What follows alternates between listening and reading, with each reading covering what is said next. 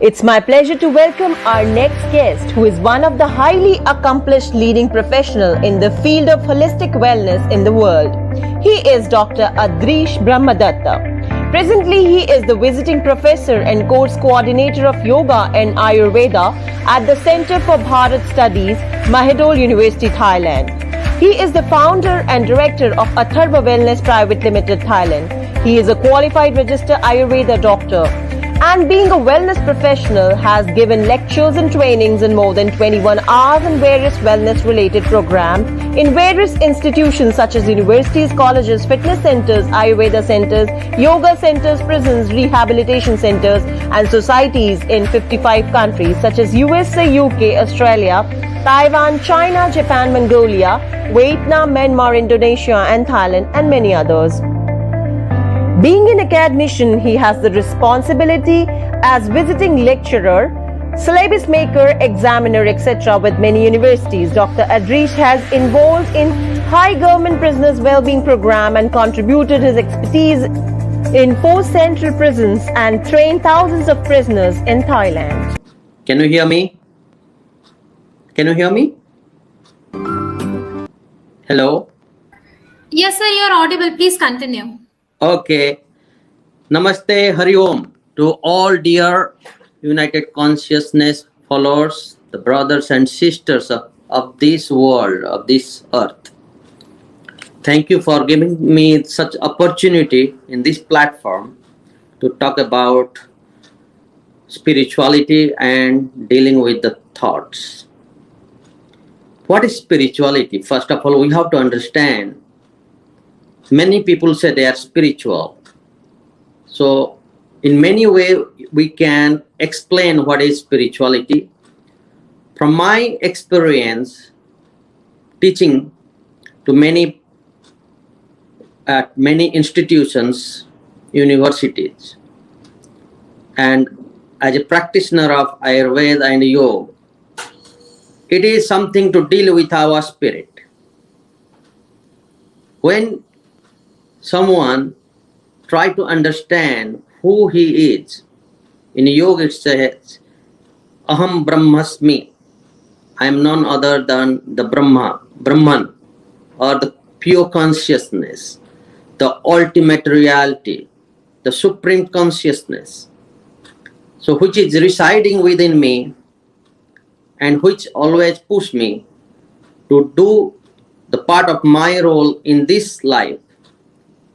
So carving for that spirit to know who we are exactly, where I am from, and what is my role in this earth, in this life, and where I will go back. To know that unknown science, that is the spirituality, carving for the pure consciousness. Many people, they find religion is a way to practice spirituality, to know the truth, the God. Also, there is one science that is none other. Everybody know in this earth, and well, everybody, most of this area people, they practice, that is yoga. Yoga is non-religious, but it talk about energy or the Atma, or that is the spirit.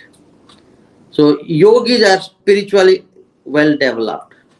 They uplift themselves from an individual to know more about the spirit, about who they are, where they are from, and where they will go, and what are the role or karma they need to do in this life, and how they can involve spiritually more for liberation.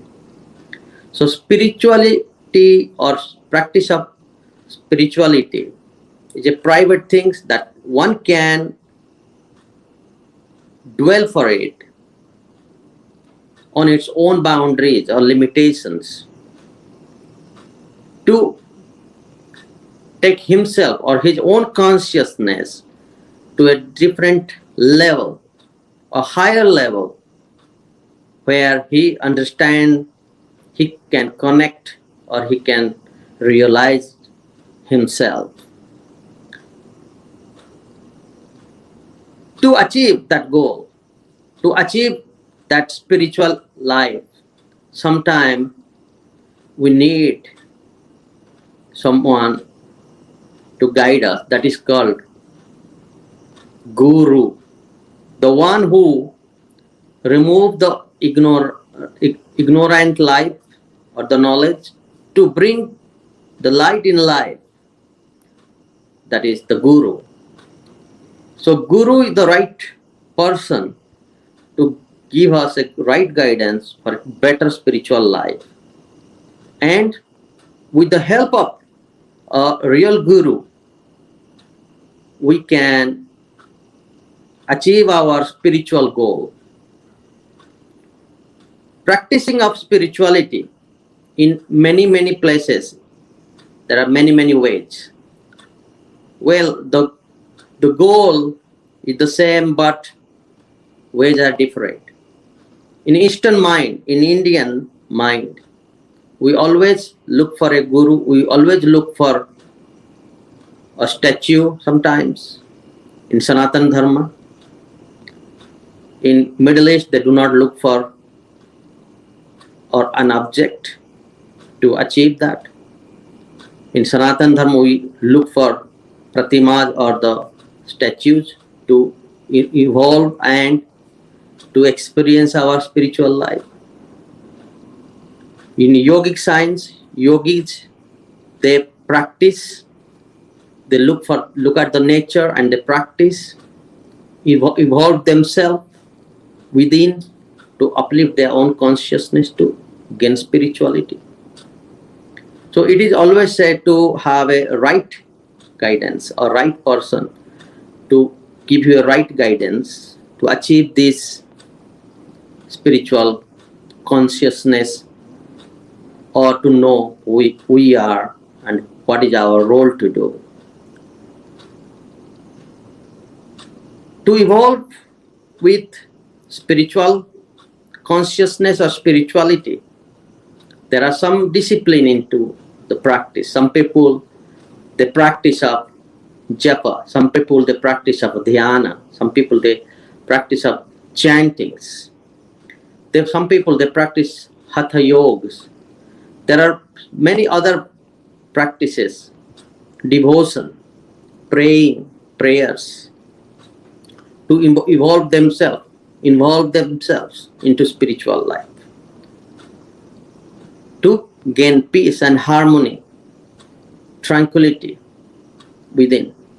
Then they can feel the godliness that they have. We have two worlds. One is spiritual world, one is material world. Some people, they look for the material satisfaction, desire for different things. And that matter, from the beginning, give you plenty of happiness, but with the time and space, that matter, the happiness for the matter goes away, it fades away.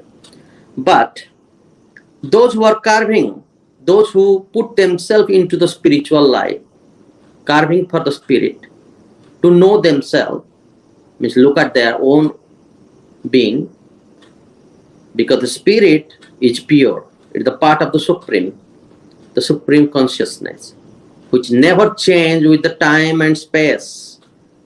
It is always the same. If you meditate, you smile. If you meditate, you know the reality. If you meditate, you know all the knowledge. Because meditation is one of the practice to understand spirituality, to gain and uplift ourselves into spirituality.